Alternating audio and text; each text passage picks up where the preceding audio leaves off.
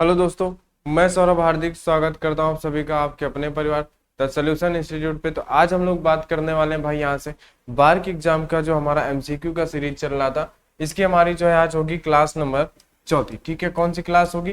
Class number fourth होगी। और अब हम इस क्लास में क्या करेंगे, 50 क्वेश्चन देखेंगे। एक क्लास में क्या करेंगे, 50 क्वेश्चन देखेंगे। 100 क्वेश्चन में होता है क्या है कि टाइपिस्ट को जो है क्वेश्चन एक दिन में 200 क्वेश्चन उसको बनाने में क्या होता है, थोड़ा सा प्रॉब्लम हो जाती है। इसलिए हम लोगों ने क्या किया, उसको 50 क्वेश्चन कर दिया ताकि पर डे क्लासेज आ सके। नहीं तो है ना, 100 क्वेश्चन में क्या होता है कि क्लास एक दिन गैप हो जाती है, इसलिए 50 क्वेश्चन कर दिया गया ताकि क्लास रेगुलर जो है आती रहे। ठीक है, चलिए तो हम लोग क्या करेंगे भाई यहाँ से कि यहाँ से जो है हमारे पास जो ये परीक्षा में आए हुए क्वेश्चन है वो हम लोग यहाँ पे करते हैं और इसका हम लोग थोड़ा सा फास्ट रिवीजन करते हैं, क्योंकि हम इस समय क्या है कि ज्यादा एक्सप्लेन करने का हमारे पास टाइम नहीं है। तो जिन्होंने अभी तक पीछे की 3 क्लासेस नहीं देखी हैं तो चैनल की प्लेलिस्ट पे चले जाएंगे, वहां पे आपको ये सारी क्लासेस मिल जाएंगी, आप वहां से जाके देख सकते हैं। और जिनको भी क्लास का पीडीएफ चाहिए, पीडीएफ के लिए आप टेलीग्राम ग्रुप को ज्वाइन कर सकते हैं, वहां से आपको इस क्लास का पीडीएफ मिल जाएगा। ठीक है भाई, तो चलिए आगे हम लोग यहाँ से बात करते हैं। और जिन्होंने अभी तक चैनल को सब्सक्राइब नहीं किया है तो प्लीज वो सभी लोग चैनल को सब्सक्राइब कर लेंगे और दोस्तों के साथ अपने शेयर जरूर कर दें, ताकि आने वाली जो भी क्लासेस है उन तक भी पहुंचते रहें और आपको भी क्या है क्लासेस रेगुलर मिलती रहे। तो चलिए आगे हम लोग क्लास को जो है कंटिन्यू करते हैं। आज हम लोग बात करने वाले हैं भाई क्लास नंबर 4 है, इसका जो है हमारे पास पहला क्वेश्चन बहुत ही सिंपल क्वेश्चन है, बहुत ही आसान क्वेश्चन है। आप सभी लोग यहाँ पे आंसर इसका करेंगे। बहुत ही आसान क्वेश्चन आप सभी को आंसर करना है कि इंजीनियर्स स्टील, है ना, रूल होगा यहाँ पे क्या है कि यहाँ पे क्या होगा, जहां भी यहाँ पे नियम लिखा है ना, यहाँ पे क्या होगा, रूल होगा। रूल की रीडिंग परिशुद्धता क्या होती है, यानी कि स्टील रूल जो होती है ना, जो स्टील रूल होती है, इंजीनियर्स स्टील रूल होती है, उसकी परिशुद्धता क्या होती है, उसकी एक्यूरेसी क्या होती है। तो आपको एक्यूरेसी आपको पता है कि भाई उसकी एक्यूरेसी क्या होती है, 0.5 mm होती है। कितनी होती है, 0.5 mm होती है। बात आप समझ रहे हो, कितनी होती है, 0.5 mm होती है। ऑप्शन नंबर आपका बी सही हो जाएगा कि क्या होती है, 0.5 mm होती है। आगे अगर हम लोग बात करते हैं एक रैखिक मापन उपकरण, इनमें से कौन सा एक रैखिक मापन उपकरण है, यह आप सभी को बताना है। तो आप बोलोगे कि भाई इनमें से जो है एक रैखिक मापन उपकरण कौन है, स्टील रूल है। क्या है, यहाँ पे जो है हमारे पास इसे हम लोग क्या बोलते हैं, स्टील रूल बोलते हैं, है ना। जिसे इस्पात का फुट्टा लिखा हुआ है यहाँ पे, इसे आप क्या पढ़ते हो, स्टील रूल। ठीक है, क्या पढ़ते हो आप, स्टील रूल पढ़ते हो। ये आपका यहाँ से क्या हो जाएगा, सही हो जाएगा। ठीक है भाई, आगे बात करें अगर हम लोग यहाँ पे तीसरे क्वेश्चन पे, संवेदक प्रमापी किस काम में प्रयोग होता है। संवेदक प्रमापी जो है वो किस काम में प्रयोग होता है, ये आपको यहाँ पे बताना है तीसरे नंबर पे। ठीक है, तो आप क्या बोलोगे कि दो मिलन पृष्ठ के बीच का अंतर जांचने है। तो क्या करने के लिए, दो मिलन पृष्ठ के बीच का अंतर जांचने के लिए हम लोग क्या करते हैं, संवेदक प्रमापी का प्रयोग करते हैं। क्या करते हैं, संवेदक प्रमापी जो है किस काम में प्रयोग होता है, तो दो मिलन पृष्ठ के बीच का अंतर जांचने के लिए उसका प्रयोग किया जाता है। क्या किया जाता है, दो मिलन पृष्ठ के बीच का अंतर जांचने के लिए प्रयोग किया जाता है। एक स्केल जिसके दो अंशांकन के बीच की दूरी उस अंशांकन के मान के समानुपाती हो तो वह स्केल क्या कहलाती है, तो वह स्केल आपके पास क्या कहलाएगी, रेखीय लीनियर स्केल कहलाएगी या फिर लाइन स्केल कहलाएगी। क्या कहलाएगी, तो आप बोलोगे कि वो लीनियर स्केल कहलाएगी। क्या कहलाएगी, रेखीय स्केल कहलाएगी। क्या कहलाएगी मेरे भाई, वो कहलाएगी आपकी रेखीय स्केल। आगे बात करते हैं शॉर्ट रूल का प्रयोग कहाँ पे किया जाता है। जो शॉर्ट रूल होती है उसका प्रयोग आप कहाँ करते हो, तो आप बोलोगे शॉर्ट रूल का जो प्रयोग होता है ये हम लोग कहाँ पे करते हैं, स्लॉट या ग्रूव का माप लेने के लिए। स्लॉट या ग्रूव का माप लेने के लिए हम लोग इसका प्रयोग जो है करते हैं। बात आप समझ गए भाई, ठीक है। चलिए इतनी सी बात आपको समझ में आ गई होगी कि हम लोग इसका प्रयोग कहाँ पे करते हैं। इसका प्रयोग हम लोग जो है स्लॉट या ग्रूव का माप लेने के लिए करते हैं।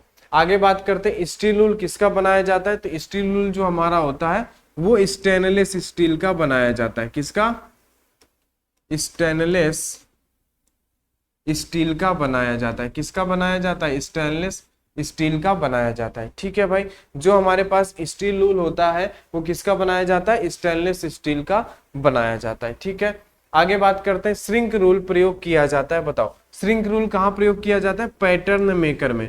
कहाँ पे प्रयोग किया जाता है श्रिंक रूल, श्रिंक रूल प्रयोग किया जाता है पैटर्न मेकर में। कहां पे प्रयोग किया जाता है श्रिंक रूल? श्रिंक रूल जो है प्रयोग किया जाता है पैटर्न मेकर में। किसमें प्रयोग किया जाता है भाई? पैटर्न मेकर में प्रयोग किया जाता है। आगे, टेढ़ी मेढ़ी सतहों को जांचने के लिए प्रयोग होने वाला कौन सा रूल है? तो टेढ़ी मेढ़ी सतहों को जांचने के लिए प्रयोग किया जाने वाला कौन सा रूल होता है? स्टील टेप होता है। क्या होता है भाई मेरे? वो होता है आपके पास स्टील टेप। क्या होता है? स्टील टेप होता है। ठीक है, आगे बात करते हैं। गर्म धातु को मापने के लिए कौन सा रूल होता है? गर्म धातु को मापने के लिए आपके पास जो है ना, वो यही रूल होगा। क्या होगा? Shrink rule. ठीक है, आप लोग याद रखना कि गर्म धातु को मापने के लिए क्या होगा? श्रिंक रूल होगा। यहाँ पे क्या हो जाएगा भाई मेरे? श्रिंक रूल हो जाएगा। क्या हो जाएगा? श्रिंक रूल होगा। गर्म धातु को मापने के लिए, क्या करने के लिए? गर्म धातु को मापने के लिए क्या होगा आपके पास? श्रिंक रूल होगा। बात आप समझ गए।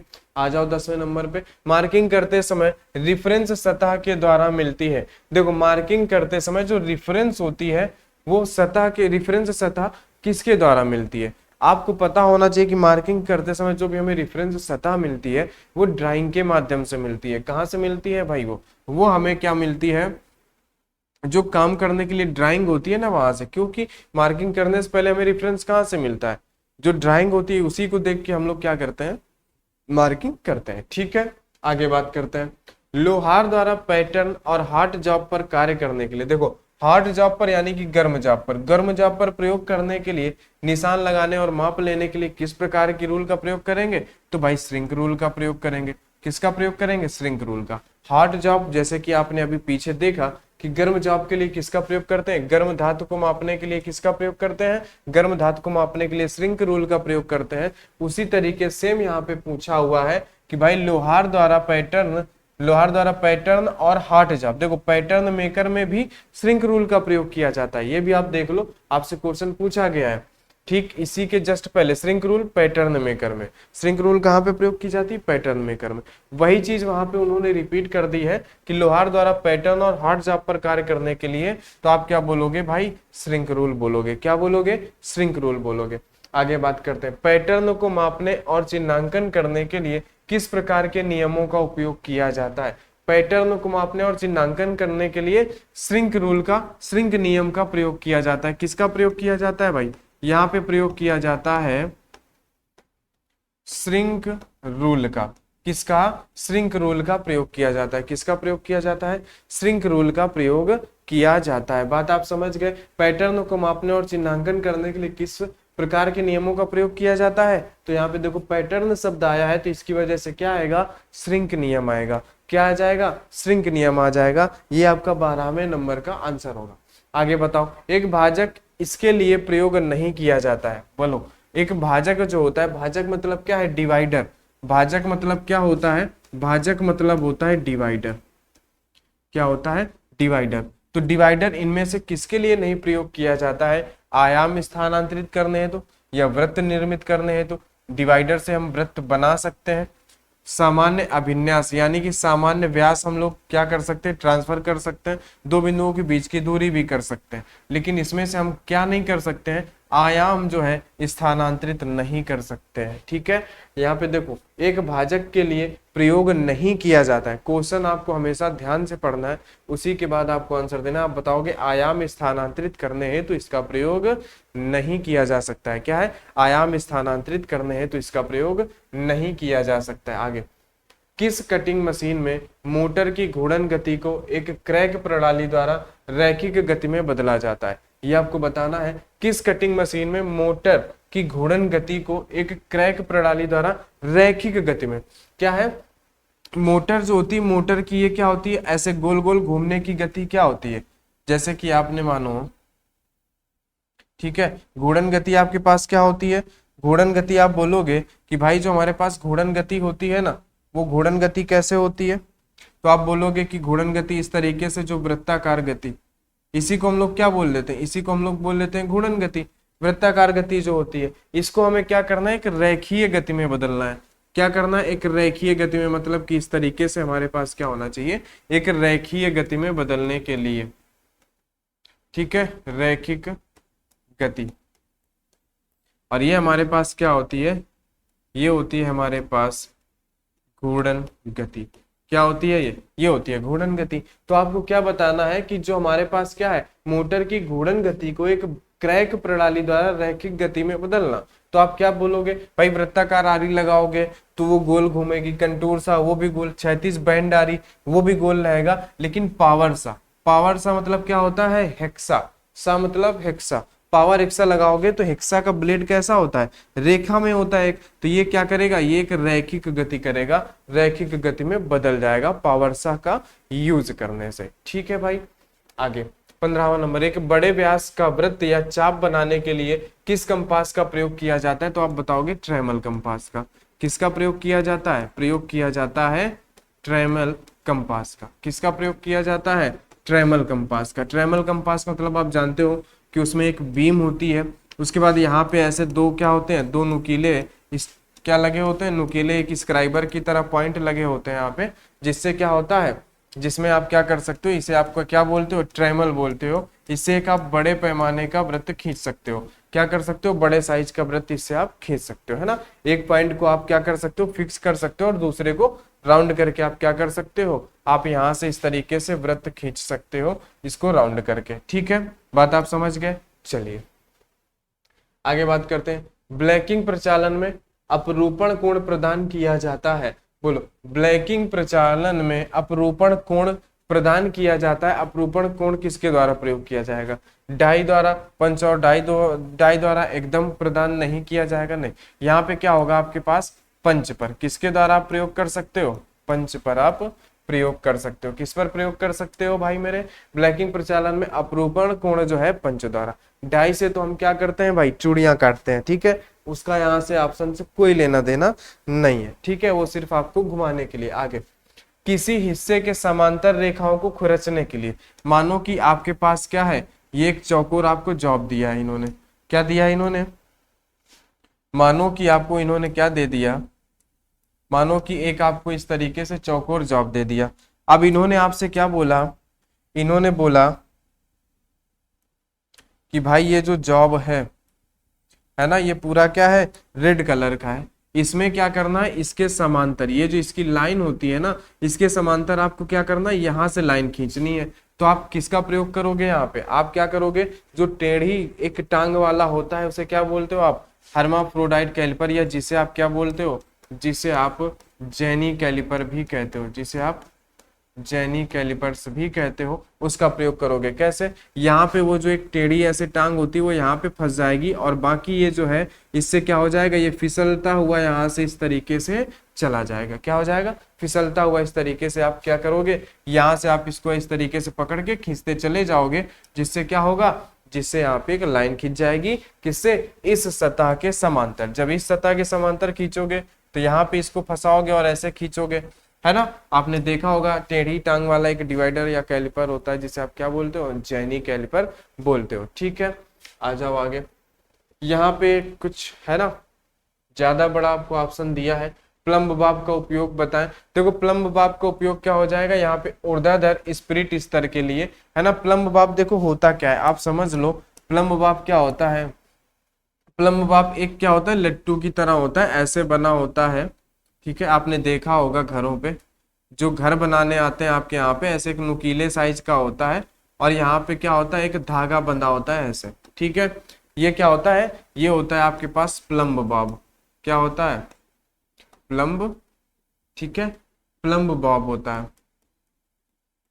ठीक है। इसमें क्या करते हैं, जैसे दीवार आप खड़ी करते हो तो उसको क्या करते हैं, उसको मेजर करते हैं कि वो हमारी सीध में, सारी ईंटें सीध में आ रही हैं कि नहीं, जिसे आप गांव में क्या कहते हो, लट्टू बोलते हो, है ना, गांव देहात की भाषा में उसे प्लम्ब बॉब बोलते हैं, ठीक है। इसका प्रयोग कारपेंटर भी करते हैं, और जो घर बनाने वाला होता है वो भी इसका प्रयोग करता है, ठीक है। तो इससे ऊर्ध्वाधर क्या होता है, स्पिरिट स्तर के लिए अधिक यथार्थ प्रतिस्थापन एवं अंकन में ऊर्ध्वाधर बिंदुओं के नीचे अंतरित करने हेतु होता है। क्या होता है ऊर्ध्वाधर बिंदु, यानी कि जो हमारे पास क्या होता है, ऊर्ध्वाधर जो होता है उन्हें सबको, जैसे दीवार आप खड़ी करते हो तो उसमें क्या करते हो, उसको आपने देखा होगा वो लटका के नीचे ईंटों में से एक समांतरता प्रदान करता है। आगे, सीधी रेखा या वक्राकार को बराबर भागों में विभाजित करने के लिए, सीधी रेखा या वक्राकार को दो बराबर भागों में बांटने के लिए हमेशा किसका प्रयोग करोगे आप, हमेशा प्रयोग करोगे डिवाइडर का।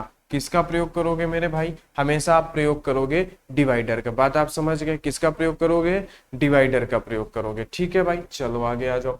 खुरचने का औजार किसे कहा जाता है, किससे बनता है, खुरचने का औजार किससे बनता है, तो आप बोलोगे हाई कार्बन स्टील से बनता है। जितना भी कटिंग टूल्स होता है, खुरचने का टूल्स होता है, वो ज्यादातर हाई कार्बन स्टील का ही बना होता है। इस तरीके से आप इसको याद कर सकते हो। आगे बात करते हैं।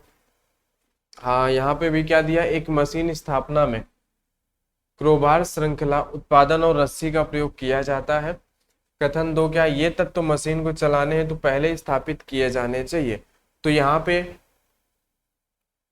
ठीक है, इनमें क्या होगा, ऑप्शन नंबर पहला सही होगा। ये तत्व मशीन को चलाने हेतु पहले स्थापित किए जाने चाहिए। एक मशीन स्थापना में क्रोबार श्रृंखला उत्पादन और रस्सी का प्रयोग किया जाता है। 2 और 1 की सही व्याख्या है। क्या है, 2 और 1 यानी उसको क्रम में पहले दूसरा फिर पहला सेट करेंगे, तब वो एक सही सेंटेंस बनेगा, ये कहने का मतलब है। इस तरीके का क्वेश्चन आपके एग्जाम में नहीं आएगा। ठीक है, ये काफी ज्यादा लंबा क्वेश्चन है। सिंपल क्वेश्चन आते हैं। प्रिक पंच का प्रयोग कहाँ पे किया जाता है, बताओ। प्रिक पंच का प्रयोग, प्रिक पंच, सेंटर पंच और डॉट पंच, यही 3 आपसे ज्यादा पूछे जाते हैं। क्या होता है, एक होता है आपके पास प्रिक पंच, क्या होता है प्रिक पंच, और एक होता है आपके पास, ठीक है, डॉट पंच। एक होता है आपके पास डॉट पंच और एक होता है आपके पास सेंटर पंच। क्या होता है, एक होता है आपके पास सेंटर पंच। ठीक है, प्रिक पंच का एंगल होता है 30 डिग्री, डॉट पंच का एंगल होता है 60 डिग्री, सेंटर पंच का एंगल होता है 90 डिग्री। ये इस तरीके से इन तीनों को आप याद कर सकते हो। ठीक है, तो प्रिक पंच का प्रयोग कहाँ किया जाता है, छोटे चिन्ह बनाने के लिए। किसके लिए, जब छोटा है तो क्या करेगा, छोटा चिन्ह बनाएगा। ठीक है, आगे मोर्टाइज गेज को वर्गीकृत किया जाता है। बताओ जल्दी से, यहाँ पे मोर्टाइज गेज को कहाँ पे वर्गीकृत किया जाता है। जो मोर्टाइज गेज होता है ना, इसको मार्किंग टूल के, यही चिन्हन उपकरण के अंदर रखा जाता है। मार्किंग टूल के अंदर ही इसको रख लिया जाता है। जो आपके पास मोर्टाइज गेज होता है, क्या होता है, जो आपके पास मोर्टाइज गेज होता है, इसे मार्किंग टूल्स यानी कि चिन्हन उपकरण के अंदर ही रखा जाता है। आगे आ जाओ। 24 नंबर, केंद्र पंच की नोक का कोण सामान्यतः होता है। केंद्र पंच की, जो सेंटर पंच होता है, क्या केंद्र पंच मतलब क्या पूछा आपसे, सेंटर पंच। सेंटर पंच के नोक का एंगल आपसे पूछा है, सामान्यतः कितना होता है। अब देखो यहाँ पे 30 से 120 दिया, ये हो नहीं सकता है। 15 से 75 हो नहीं सकता है। 30 से 45 हो नहीं सकता है। बचा यहाँ पे 60 फिर या फिर 90, है ना। तो आप क्या बोलोगे, ऑप्शन नंबर सी सही हो जाएगा। 60 से लेके 90 हो सकता है, ऐसा आपको करना पड़ेगा। क्यों, क्योंकि 90 डिग्री वाला जो ऑप्शन है वो सिर्फ सी नंबर पे, इसलिए आपको सी नंबर को सही करना पड़ेगा। ठीक है, आगे आ जाओ। आगे बात करते हैं, डॉट पंच का उपयोग किसके लिए किया जाता है। डॉट पंच को जो है किसके लिए किया जाता है, यथार्थ क्या होता है, याददाश्त हेतु निशान लगाने के लिए। जो डॉट पंच होता है ना, डॉट पंच जैसे आप क्या करते हो कि जैसे आपको एक क्या मिला होता है, वर्क पीस मिला होता है, जिसपे आप क्या करते हो, मार्किंग करते हो। आपने क्या किया, आपने मान लीजिए कि इसमें एक मार्किंग की कुछ इस तरीके से, ठीक है, आपने यहाँ पे कुछ इस तरीके से आपने यहाँ पे मार्किंग कर ली। कैसे, इस तरीके से आपने यहाँ पे क्या कर ली, मार्किंग कर ली। तो अब आपको क्या करना है, अब अगर ऐसे आप इस पे जॉब में काम करना स्टार्ट करोगे तो क्या हो सकता है, मार्किंग मिट भी सकती है। तो मार्किंग को याददाश्त से तो निशान लगाने मतलब क्या होता है, मार्किंग को थोड़ा सा अस्थायी रूप से उसको क्या करने के लिए, स्थायी करने के लिए यहाँ पे क्या किया जाता है, ऐसे डॉट पंच से पॉइंट लगा दिए जाते हैं। क्या कर दिए जाते हैं, पॉइंट लगा दिए जाते हैं। जिससे वो क्या होता है कि आपका जो जॉब होता है उसमें हल्के से गड्ढे या खांचे बन जाते हैं, जिससे क्या होता है, आपकी ये जो लाइनें मिट भी जाए तो भी उसमें कोई दिक्कत नहीं होती है, पंचिंग आपकी दिखती रहती है। उसी को हम लोग क्या बोलते हैं, याददाश्त है तो निशान लगाने के लिए डॉट पंच का प्रयोग करते हैं। किसका करते हैं, डॉट पंच का प्रयोग करते हैं। ये हो जाएगा आपका 25 का बी नंबर। आगे, केंद्र छिद्रक यानी कि सेंटर पंच का बिंदु कोण, सेंटर पंच का बिंदु कोण 90 डिग्री होता है। आपको अभी बताया गया, सेंटर पंच का जो है एंगल कितना होता है, 90 डिग्री होता है। कितना होता है मेरे भाई, 90 डिग्री होता है। आगे 27 नंबर पे आ जाओ, क्या होगा, ऑक्सी एसिटिलीन गैस वेल्डिंग किस तरह की प्रक्रिया है। ऑक्सी एसिटिलीन गैस वेल्डिंग जो है ये संलयन, क्या है, ये कैसी प्रक्रिया है, संलयन वेल्डिंग है। कैसी है, संलयन वेल्डिंग प्रक्रिया है। कैसी प्रक्रिया है? संलयन वेल्डिंग प्रक्रिया है। कैसी है प्रक्रिया? संलयन वेल्डिंग प्रक्रिया है। आगे बात करते हैं, सेंटर पंच का प्रयोग निम्नलिखित में से किसके लिए किया जाता है? सेंटर पंच का प्रयोग निम्नलिखित में से किसके लिए किया जाता है? लाइनों को चिन्हित करने के लिए, छिद्रों का स्थान निर्धारण तथा चिन्हन के लिए, याददाश्त के लिए, या फिर जॉब को पकड़ने के लिए। तो छिद्रों का स्थान निर्धारण के लिए इसका प्रयोग किया जाएगा सेंटर पंच का। क्यों? मानो कि आपने ये एक जॉब बनाया, इसके जॉब के अंदर आपको एक वृत्त बनाना है यहाँ पे, तो इस वृत्त का एक सेंटर होगा जो आप ड्राइंग के माध्यम से उस पर साइज दिया होगा, जिसमें आप क्या है स्केल यानी कि स्केल की सहायता से आप यहाँ पे क्या करोगे, यहाँ पे आप उसका मार्किंग करके सेंटर निकालोगे। तो जब ये सेंटर निकालोगे तो यहाँ पे आप डॉट पंच से नहीं करते हो, यहाँ पे आप सेंटर पंच से करते हो। क्यों करते हो? क्योंकि जब आप डिवाइडर रख के यहाँ पे एक गोला खींचते हो ना, तो डिवाइडर आपका इधर उधर खिसके ना, इसलिए हम सेंटर पंच का यूज करते हैं, ताकि वो थोड़ा सा बड़ा होल बनाता है और थोड़ा सा गहरा होल बनाता है और सेंटर पे बनाता है, जिससे क्या होता है आपके पास, जिससे आपका डिवाइडर नहीं खिसकता और आपको पता चलता है कि ये हमारा क्या है, एक गोले का सेंटर है। ठीक है, आगे आ जाओ 29 नंबर 29 पे आ जाओ। मार्किंग टेबल को द्वारा बनाया जाता है। अब बताओ जरा, मार्किंग टेबल को किसके द्वारा बनाया जाता है? क्या ग्रेनाइट के द्वारा बनाया जाता है? क्या हम इसको पहले भी कर चुके हैं? फर्स्ट चैप्टर पे शायद हम लोग इसको कर चुके हैं। क्या मार्किंग टेबल वाला? ग्रेनाइट से इसको बनाया जाता है। ठीक है, आगे आ जाओ 30वें नंबर पे। मार्किंग करते समय रेफरेंस सतह के द्वारा मिलती है। काम करने के लिए ड्राइंग से मिलती है। किससे? काम करने के लिए ड्राइंग से मिलती है। आगे अंकन चाकू का प्रयोग बताएं। अंकन चाकू है ना, state the use of marking knife. Marking knife यानी कि जो मार्किंग चाकू है, अंकन चाकू है, उसका आपको क्या बताना है? उसका आपको उपयोग बताना है। क्या होता है प्रयोग जो है उसका, क्या होता है आपको ये बताना है। ठीक है, बोलो। तो देखो, जो अंकन चाकू होगा तो उसका प्रयोग हम क्या करेंगे? अंकन एवं खुरचने के लिए। किसके लिए उसका प्रयोग जो हम लोग करते हैं वो किसके लिए करते हैं? अंकन एवं खुरचने के लिए। अंकन एवं खुरचने के लिए। अंकन एवं खुरचने के लिए। बात आप समझ गए? किसके लिए करते हैं? अंकन एवं खुरचने के लिए करते हैं। ये आपका ऑप्शन यहाँ पे सही हो जाएगा। ठीक है, आगे बात करते हैं प्लम्ब बाब का उपयोग। ये फिर से दोबारा रिपीट हुआ। ऑप्शन नंबर ए यहाँ पे सही था। ऑप्शन नंबर ए सही हो जाएगा। आगे सेंटर पंच का उपयोग कहाँ पे किया जाता है?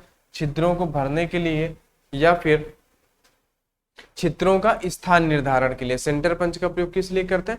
हमेशा सेंटर मतलब केंद्र है ना, तो क्या होगा? छिद्रों का स्थान निर्धारण के लिए। छिद्रों का स्थान कैसे निर्धारण होता है?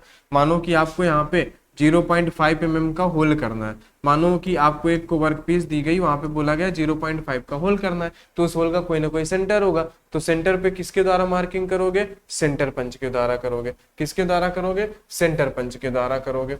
तो वो क्या हो जाएगा? लोकेटिंग होल्स, यानी छिद्रों का स्थान दिखाने के लिए। क्या हो जाएगा? छिद्रों का स्थान दिखाने के लिए। 34 पे आ जाओ, बोलो। कंपन वासरों का प्रयोग किया जाता है। कंपन वासर, कंपन यानी कि स्प्रिंग वासर का प्रयोग किया जाता है। ठीक है ना?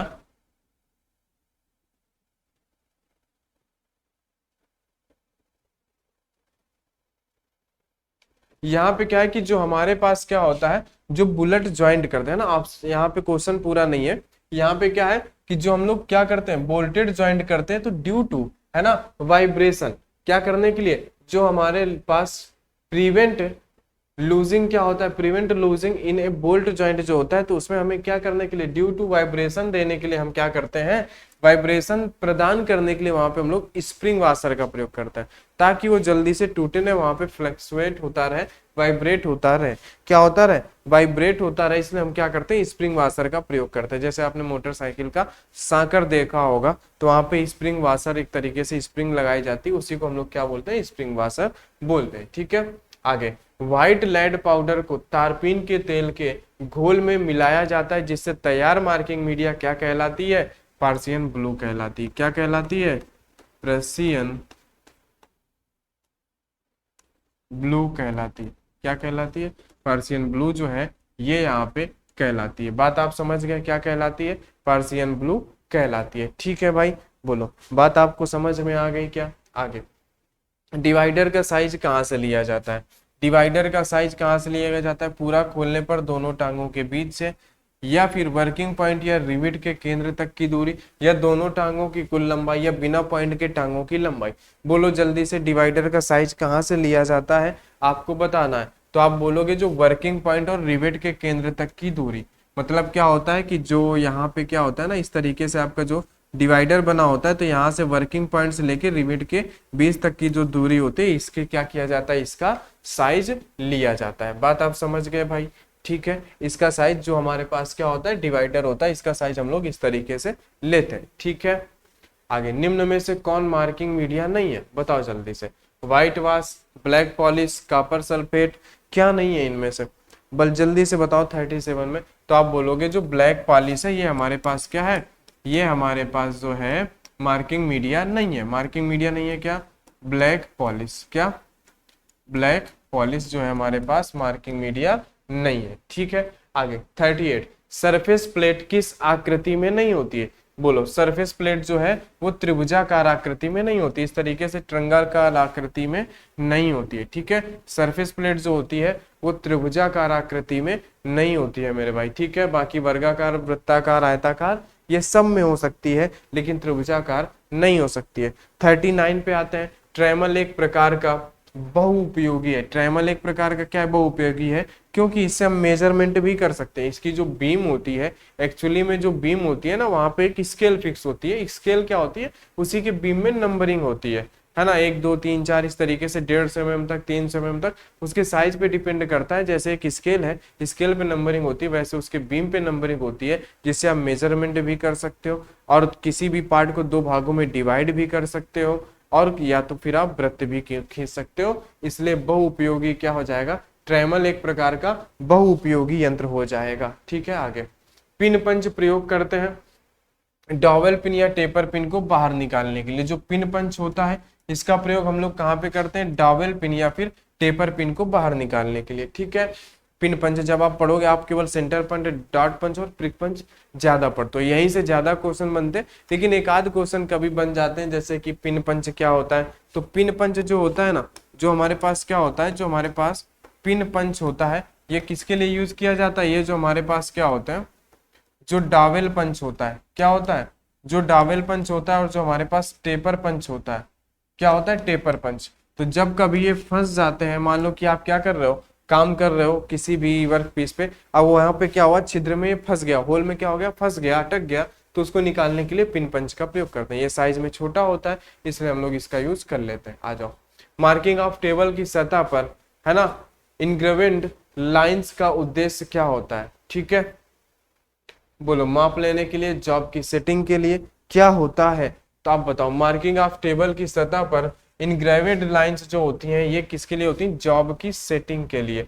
क्या करने के लिए? जॉब की सेटिंग। जो जॉब होता है उसको सही तरीके से सेट करने के लिए, नट बोल्ट की सहायता से भी आप सेट कर सकते हो, उसमें जो खांचे बने होते हैं उनमें। ठीक है, तो ये हो गया यहाँ पे 41 नंबर का आंसर आपका क्या हो जाएगा मेरे भाई, जॉब की सेटिंग के लिए। आते हैं 42 नंबर पे। 42 नंबर पे क्या दिया है, ट्रेमल के बीम की लंबाई। आप ट्रेमल के बीम की लंबाई जो होती है ना, वो 150 mm से 500 mm तक होती है। कितनी होती है? 150 mm से 500 mm तक होती है। ऑप्शन नंबर आपका सी सही हो जाएगा कि भाई जो ट्रेमल के बीच की लंबाई होती है वो 150 से 500 mm के बीच में होती है। आगे बात करते हैं 43 नंबर की। क्या है? ढलाई की हुई व फोर्ज की गई सतह पर मार्किंग मीडियम प्रयोग किया जाता है। मार्किंग मीडियम की जगह यहाँ पे कर लेना मार्किंग मीडिया। क्या कर लेना मेरे भाई, यहाँ पे आप कर लेना मार्किंग मीडिया। ठीक है, ढलाई की हुई व फोर्ज की गई सतह पर मार्किंग मीडिया प्रयोग किया जाता है। बोलो जल्दी से, ढलाई की गई व फोर्ज की गई सतह पर कौन सी मार्किंग मीडिया प्रयोग किया जाएगी? तो आप बोलोगे चाक का पाउडर। क्या प्रयोग किया जाएगा? Chalk powder. क्या प्रयोग किया जाएगा मेरे भाई? चाक पाउडर प्रयोग किया जाएगा। आगे आ जाओ 44। सरफेस गेज से लाइन स्क्राइबर करते समय स्क्राइबर के पॉइंट और जॉब की सतह के बीच का एंगल कितना होना चाहिए? बोलो जल्दी से। तो आप बताओगे 30 से 35 डिग्री। जब भी हम स्क्राइबर या कुछ भी करते हैं, जॉब पे लाइन खींचते हैं, जैसे आप पेन से लिखते हो तो पेन और कॉपी के बीच कोई एंगल बनता है, वही जब आप लाइन खींचोगे जॉब में तो जो स्क्राइबर और इसके बीच एंगल बनेगा ये कितना होना चाहिए? 30 से 35 डिग्री का होना चाहिए। आगे 45, स्क्राइबर निम्न में से किस धातु की बनाई जाती है? जो स्क्राइबर होती है वो आपकी किस धातु की बनाई जाती है? तो जितने भी मार्किंग टूल है, जितने भी खरोचनी है, जितने भी लाइन खींचने वाले टूल्स हैं, ये सभी हाई कार्बन स्टील के बनाए जाते हैं। आगे स्क्रैपर धातु के बनाए जाते हैं। स्क्रैपर जो है वो किस धातु के बनाए जाते हैं? तो आप बोलोगे ये भी हाई कार्बन स्टील के बनाए जाते हैं। जिसके भाई पीछे वाले थे उसके भी ये भी बनाए जाएंगे हाई कार्बन स्टील के। ठीक है, आगे यहाँ पे क्या है, ट्रेंगुलर स्क्रैपर के कटिंग एज ग्राइंड होते हैं। जो हमारे पास ट्रेंगुलर स्क्रैपर के जो कटिंग एज ग्राइंड होते हैं ये 70 है ना, 70 इंच दिया है यहाँ पे, 70 इंच टू 75 इंच होते हैं। ठीक है, 70 इंच टू 75 इंच होते हैं क्या, है ना। ठीक है, आगे हाई कार्बन स्टील कितना होगा यहाँ पे, 70 होगा या फिर, है ना, क्या होगा यहाँ पे हमारा ए नंबर नहीं होगा, सॉरी इसको सही कर लेना। यहाँ पे हमारे पास क्या होगा, यहाँ पे होगा 55 inch to 60 inch, 55 inch to 60 inch होगा। ठीक है, इसे सही कर लेना। ठीक है भाई, चलो आगे 48, निम्न में से पुल टाइप स्क्रैपर है। 48 का आंसर बता दो, निम्न में से पुल टाइप स्क्रैपर है तो आप बोलोगे हुक स्क्रैपर। क्या पुल टाइप स्क्रैपर है तो आप क्या बोलोगे, हुक स्क्रैपर। क्या बोलोगे, हुक स्क्रैपर बोलोगे। क्या बोलोगे, हुक स्क्रैपर। निम्न में से पुल टाइप स्क्रैपर है तो आप क्या बोलोगे, आप बोलोगे हुक स्क्रैपर। आगे 49, 49 पे क्या होगा हमारे पास कि टेम्पलेट जॉब पर मार्किंग के लिए प्रयोग की जाती है, इनमें निम्न में से कौन से क्वालिटी नहीं होती है ना, यह हार्ड व टेम्पर नहीं होती है। जो टेम्पलेट जॉब पर मार्किंग के लिए प्रयोग की जाती है, जो टेम्पलेट होती है ना, वो हार्ड या टेम्पर नहीं होती है। क्यों, हार्ड या टेम्पर उसको नहीं बना सकते, वो अधिक शुद्ध नहीं होती है, या वर्कपीस के आकार की होती है, या सीट गत्ते या लकड़ी की बनाई जाती है। हमेशा सीट गत्ते या फिर लकड़ी की ही बनाई जाएगी। अगर आपसे पूछता है टेम्पलेट किसका बनाया जाता है तो आप बोलोगे ये इसका बनाया जाता है। ठीक है, अगर आपसे पूछा है कि क्वालिटी नहीं होती है तो ये हार्ड और टेम्पर नहीं होता है। क्यों, क्योंकि हमें मार्किंग करनी होती है। आप अगर हार्ड व टेम्पर बनाओगे तो उसका मतलब क्या है, उस पर आप मार्किंग करोगे, फिर उसको काटोगे, फिर उसको जॉब पे रखोगे, फिर मार्किंग, कोई मतलब नहीं। इससे बढ़िया एक मोटे कागज पे आप ड्राइंग बना लो, उसको उठा के जॉब पे छाप दो। ठीक है, वो होता है टेम्पलेट। यहाँ पे स्क्रैपर का प्रयोग कहाँ किया जाता है, स्क्रैपर का प्रयोग खुरचने के लिए किया जाता है। ठीक है, जो भी यहाँ पे क्या है, स्क्रैपर का प्रयोग कहाँ किया जाता है, स्क्रैपर का प्रयोग आप बताओगे खुरचने के लिए किया जाता है। किसके लिए किया जाता है, खुरचने के लिए। तो ये आज के हमारे 50 क्वेश्चन यहाँ से कंप्लीट होते हैं। हम लोग 50 क्वेश्चन ही करेंगे एक क्लास में। क्यों, क्योंकि थोड़ा सा पीडीएफ बनाने में टाइपिस्ट को क्या होती है, थोड़ी सा प्रॉब्लम होती है। 200 क्वेश्चन बहुत हो जाते हैं। ठीक है, फिर भी कोशिश यही रहेगी कि 50-50 क्वेश्चन के 4 सेट बनवा दिए जाए, है ना, ताकि थोड़ा सा उसको भी रिलैक्स, है ना। एक साथ अगर 50 क्वेश्चन बनवाओ तो बोरिंग लगता है उसको, क्या लगता है, बोरिंग लगता है। अगर 50-50 उसको थोड़ा सा टाइम दे के बनवाएंगे तो क्या बोलेगा, हाँ ठीक है काम हो जाएगा। लेकिन इकट्ठा दोगे तो, है ना, वो कहीं ना कहीं क्या होगा, आपसे अगर बोल दिया जाए 6 घंटे लगातार पढ़ना है तो आप भी क्या हो जाओगे, उब जाओगे, है ना। तो अगर बोल दिया जाए भाई 2 घंटे सुबह पढ़ लो, 2 घंटा दोपहर, 2 घंटे शाम, आप आराम से खुशी खुशी क्या कर लोगे, पढ़ लोगे।